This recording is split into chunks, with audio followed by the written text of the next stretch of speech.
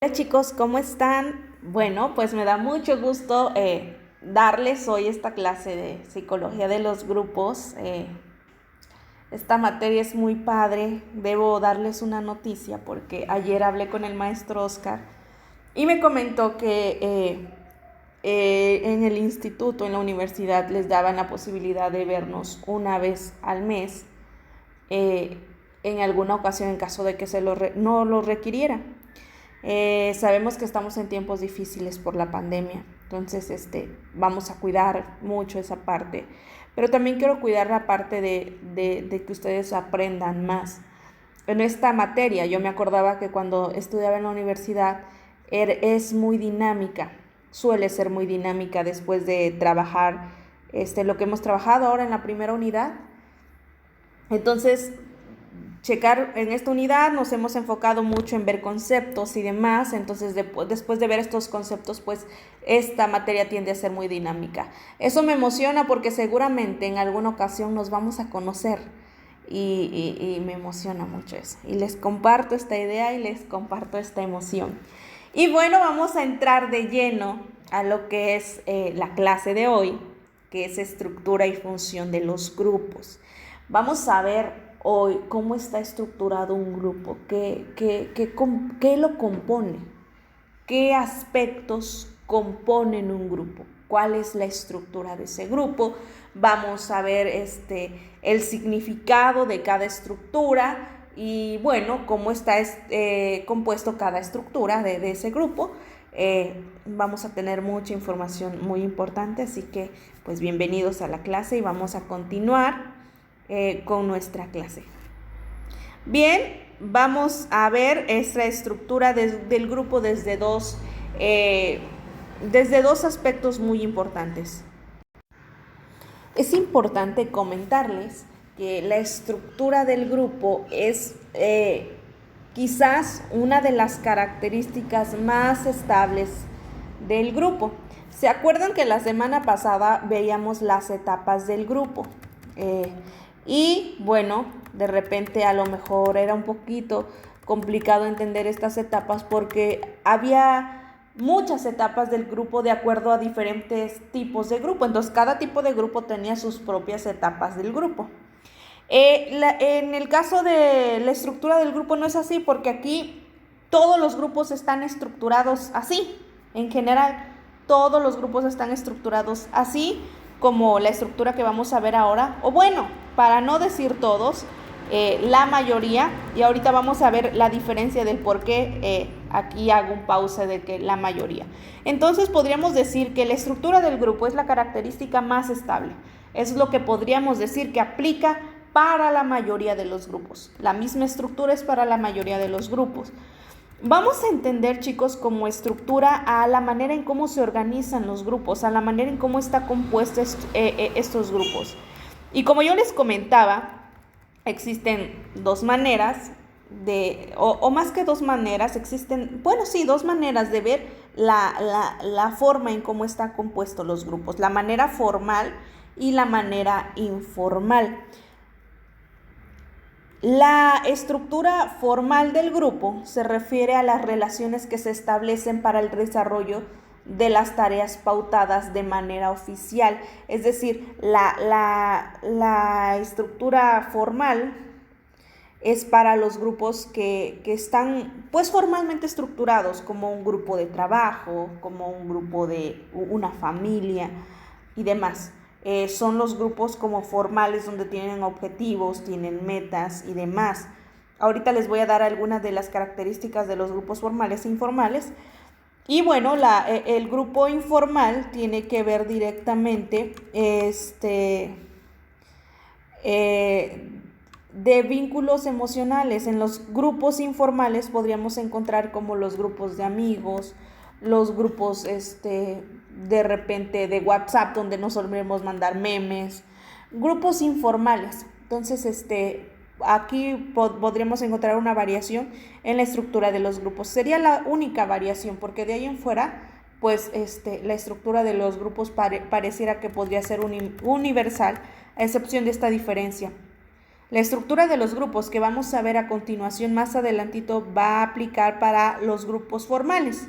Y para los grupos informales, pues ocuparemos quizás otra estructura. Haríamos diferencia a otra estructura. Entonces vamos a ver en el grupo formal, estamos hablando, como yo les comentaba y como se los quise plasmar en la imagen, son grupos de trabajo, grupos, la familia puede ser un grupo formal donde hay objetivos, donde hay roles, donde hay estatus muy establecidos, muy bien establecidos, pues. Bien, entonces, entre la estructura de los grupos formales vamos a encontrar la siguiente. Los roles, las normas, la cohesión grupal y el estatus. La estructura de un grupo formal está compuesta por cuatro cosas componen la estructura de un grupo: el estatus, los roles, las normas y la cohesión grupal. Entonces, estos cuatro aspectos conforman la estructura la estructura de un grupo formal, ¿ok? Aquí hay que hacer quizás un poco esta diferencia. De hecho, déjenme comentarles que si ustedes buscan en la red y en internet, esta va a ser la estructura, si ustedes buscan estructura de los grupos, pues van a encontrar esta, porque esta es la estructura, podríamos decir que universal. Pero nuestra antología hace muy hincapié, y me encantaría también que ustedes pudieran ver ese hincapié que hace la antología en esta diferenciación entre los grupos formales y los grupos no formales o los grupos informales. Entonces, por eso lo estoy manejando así. Pero en general, esta es una estructura del grupo, y tomando en cuenta la información que trae la antología, vamos a comentar que esta es una estructura de un grupo formal, ¿ok? Vamos a verlo de manera más detallada. ¿Qué significa o qué tiene que ver cada una de estos aspectos que conforman la estructura del grupo? Y por eso encontré esta imagen que me encantó, porque aquí explica así súper detalladamente esa estructura del grupo. Vamos a encontrar aquí, dentro de esta estructura, los roles, el estatus, las normas y el liderazgo. Aquí también son cuatro componentes de la estructura, pero en la imagen se dan cuenta que están omitiendo algo que se llama cohesión grupal. Ahorita vamos a entender por qué. Al final del día, esta imagen, aunque no trae la cohesión grupal, me gusta cómo de alguna manera explica o detalla cada uno de los tres roles que sí vamos a tomar en cuenta. Dentro de esta imagen, un aspecto que es el liderazgo, lo vamos a tomar nosotros o lo vamos a adentrar dentro de los roles. En los roles, en el aspecto de los roles va a estar el liderazgo, ¿ok? Y ya aquí solo nos haría falta la cohesión grupal para que esté completa esta imagen. Bien, vamos a comenzar. El grupo está estructurado por roles, estatus, normas y cohesión grupal. ¿Okay? El liderazgo está dentro de los roles. Bien, ¿qué es un rol? Bueno, un rol es el conjunto de comportamientos esperados de una persona en una situación social concreta o de su condición. Es un modelo organizado de conductas en base a la posición del individuo y las expectativas propias y ajenas. Papeles preestablecidos en la interacción con otros. Un rol quiere decir el papel que yo estoy jugando dentro del grupo. Por ejemplo, yo en el grupo, ahora junto con nosotros somos un grupo de estudio, un grupo de escuela. Ustedes cumplen un rol, yo cumplo un rol que es el de maestra. Al final del día, un rol termina siendo el papel que jugamos dentro del grupo en el que estamos, el papel que vamos teniendo. Y ese rol o ese papel que se nos ha asignado por alguna u otra cosa o que lo hemos adquirido, de alguna manera tiene expectativas. Ustedes tienen expectativas del rol que yo estoy jugando y yo tengo expectativas de ustedes del rol que están jugando. Ustedes tienen las expectativas mías de la manera en que yo pueda enseñarles cada una de las materias y yo tengo las expectativas de ustedes de acuerdo a las tareas que ustedes me vayan enviando, por ejemplo. Entonces, al final del día, roles son papeles, si podríamos decirlo así, que juega cada una de las personas que están dentro del grupo. Bien, los roles siempre nos traen aprendizajes porque dentro del rol o el papel que tenemos dentro del grupo es importante aprender a cumplir las obligaciones y exigir los privilegios del rol. Si no, no estaríamos al 100% desempeñando nuestro rol o nuestro papel dentro del grupo. Y también debemos adquirir actitudes, sentimientos y expectativas propias del rol. Es decir, al yo saber que yo tengo el papel o tengo el rol de maestra dentro de este grupo, de alguna manera yo tengo que adquirir actitudes para cumplir esas expectativas mías que tengo de mí para ustedes y quizás algunas expectativas que tuvieran ustedes de mí. ¿Ok? Las características principales de los roles son los roles son complementarios.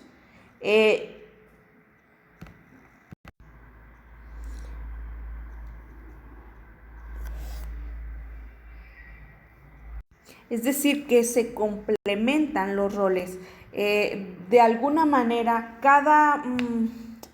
cada papel que juega cada una de las personas que están dentro del grupo se complementan. Y voy a utilizar otra vez el ejemplo de nosotros. Yo no podría ser maestra si no tuviera alumnos y ustedes no pudieran cumplir el rol de alumnos si no tuvieran maestra. Entonces, de alguna manera, los roles se complementan. Otra de las características es que están sincronizados entre sí, están como unidos, como entrelazados. Y otra de las características es que son interdependientes, es decir, un rol depende del otro. Yo dependo de ustedes para ser maestra y ustedes dependen de mí para ser alumnos. ¿Ok? Puede haber algún conflicto de roles y esto depende mucho de la cantidad de roles que haya. Si existen dos roles iguales, es decir, que en este grupo hubiera dos maestros en la misma materia, de alguna manera esto suele que las obligaciones no se cumplan como tal y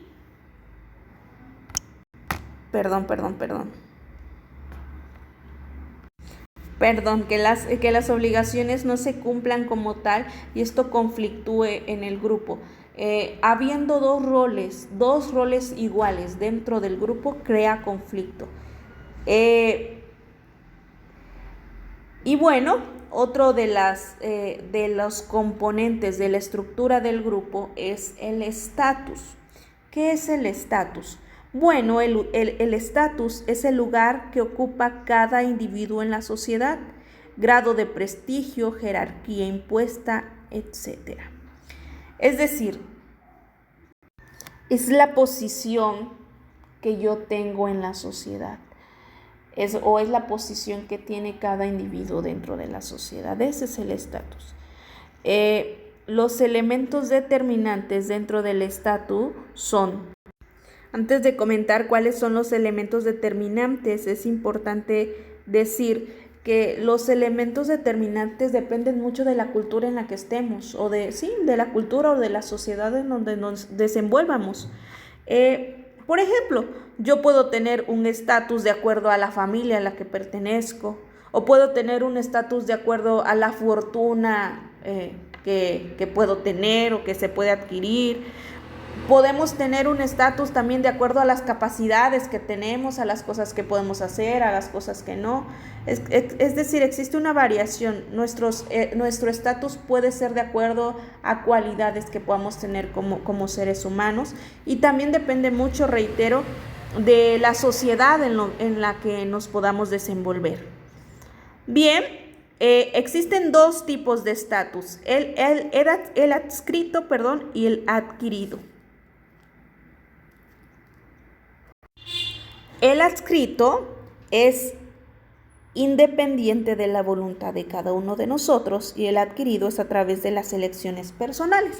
Por ejemplo, mi estatus independiente de mi voluntad o mi estatus adscrito podría ser el estatus que yo tengo dentro de mi familia, como de mi familia, de mis hermanos y mamá y papá. Yo soy hija y no elegí ser hija, simplemente desde que nací ya tuve ese estatus porque así era, porque yo ya pertenecía a una familia. Eso es un estatus adscrito. Y el estatus adquirido quizás es el de maestra. Yo quise ser maestra, yo sabía que al meterme a este grupo iba a tener este estatus de maestra. Y entonces ese podría ser un estatus adquirido.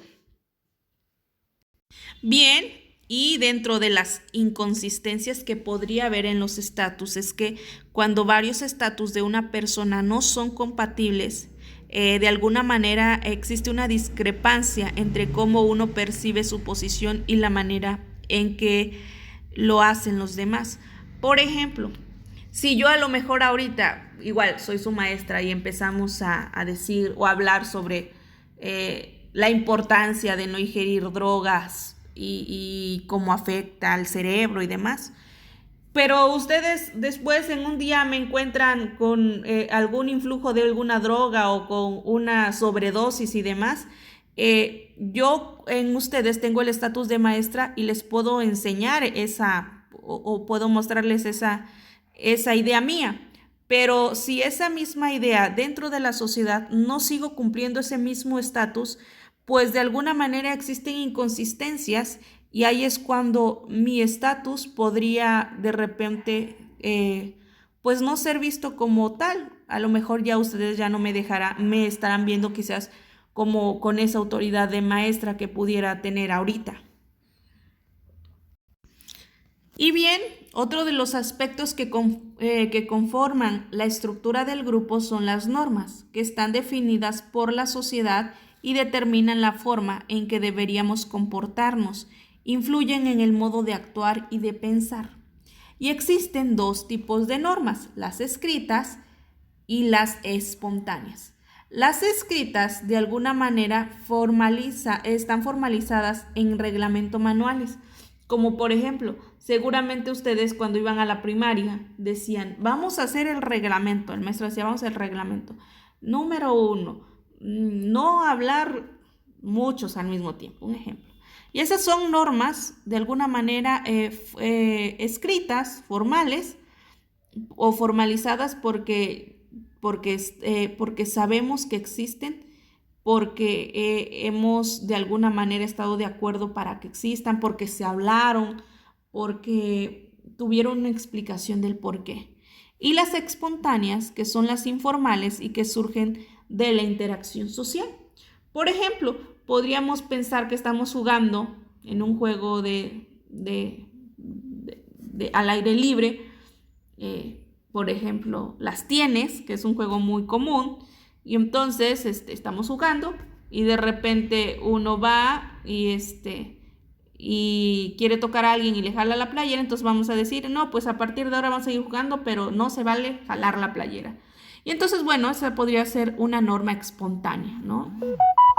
Bien.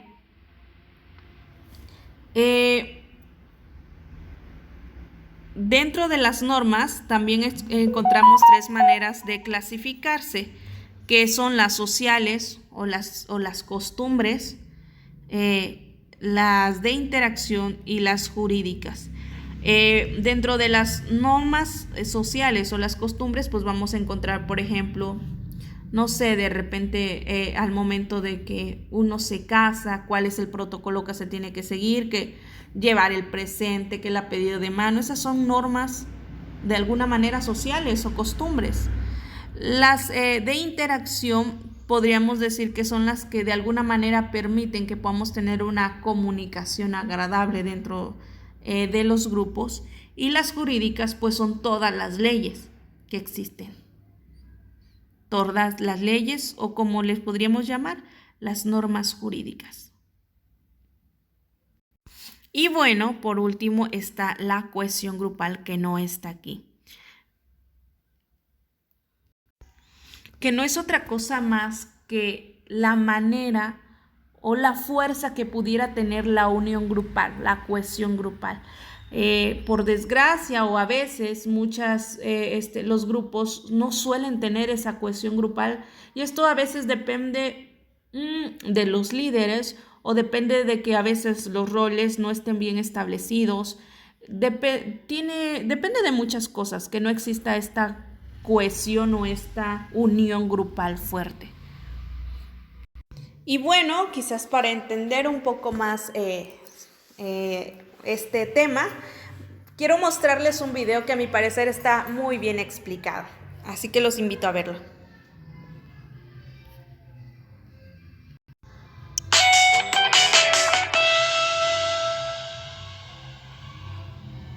Hola a todas y a todos. Seguimos avanzando en el conocimiento de los grupos y en esta ocasión nos vamos a detener en cómo se estructura un grupo.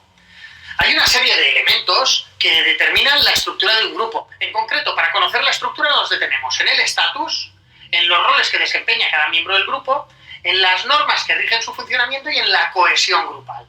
Comenzamos hablando del estatus, que hace referencia a la posición, podemos decir que la posición jerárquica, que cada persona ocupa dentro de la sociedad, o más concretamente dentro del grupo social al que pertenece. A partir de esta posición se espera que la persona desempeñe una conducta u otra. Existe un estatus adscrito que no podemos controlar las personas porque nos viene impuesto de forma natural, como es el sexo o la familia a la que pertenecemos o la edad, etc. Y hay un estatus adquirido que viene determinado por nuestra propia experiencia vital, como tu propia profesión o el papel que juegas dentro de un grupo. Otro elemento fundamental en la configuración de la estructura de un grupo es el rol que desempeña cada miembro. El rol es la pauta de comportamiento esperada de alguien que ocupa un estatus determinado. Por concretar un poco más, este comportamiento de una persona determinada puede variar dependiendo del momento y de las circunstancias, si actúa solo o si actúa como miembro de un grupo o si ese grupo es formal o informal. Por ejemplo, yo soy vuestro profesor y ejerzo un rol en clase, pero cuando estoy en casa con mi familia desempeño un rol diferente. Bueno, pues en esta misma línea, una misma persona puede desempeñar diferentes roles a lo largo de su vida. Y en definitiva, el rol que ejerce una persona genera ciertas expectativas en los demás. Podemos diferenciar roles de diferentes tipos dependiendo de si son roles centrados en la tarea que desempeña el grupo, o si son roles centrados en el mantenimiento del grupo como tal, o si son roles más individuales centrados en la persona a la que se le da más importancia que al propio grupo. Por ejemplo, empezamos hablando de si pensamos en qué roles puede jugar una persona considerando el papel que desempeña en la tarea que desarrolla el grupo. Con un poco de sentido común podemos concretar qué papel juega cada persona. Por ejemplo, alguien puede ser el coordinador del grupo o alguien puede ser el que ejerza un papel de evaluador, jugando un papel mucho más crítico. Centrándonos en la tarea de nuestro grupo podemos desempeñar muchos roles, incluso cualquier rol que se nos pueda ocurrir. ¿Se os ocurren roles centrados en la tarea? Los roles también pueden estar centrados en el mantenimiento del grupo, como uno que ejerza el rol del animador o el reforzador, o una persona cuya actuación se centre más en armonizar, etc. Y en tercer lugar, hablamos de roles individuales que se suelen desarrollar de espaldas al grupo, buscando el propio beneficio personal en lugar del beneficio grupal, como una persona que ejerza el rol de bloqueador, o el rol de callado, o el rol de manipulador, etc. Y relacionado con los roles que se puede desempeñar una persona en un grupo, vamos a hablar ahora del liderazgo, que es la capacidad que tiene un miembro del grupo para influir en el resto de personas que lo conforman. Obviamente un líder no elige serlo, sino que es el propio grupo quien lo proclama, muchas veces de manera informal. Un buen líder debe de tener capacidad de influir en sus compañeros y compañeras. Además, ha de ser capaz de animarlos, de entusiasmarles. Debe de tener la consideración de líder por parte del resto del grupo, porque por mucho que una persona piense que es el líder, si el resto del grupo no lo acepta, en el fondo no lo es. Ha de ser una persona creativa y poseer una buena capacidad de comunicación. Y ahora, pensar en un líder o en una líder. Estoy seguro que cada persona piensa en un perfil totalmente distinto. Es decir, que estilos de liderazgo los hay bien dispares. Se puede ser un líder autoritario, que base su relación en la disciplina y que no cuente mucho con el grupo. O se puede ser un líder más permisivo, que intervenga poco y no participe en el equipo, que deje al equipo la facultad de decidir.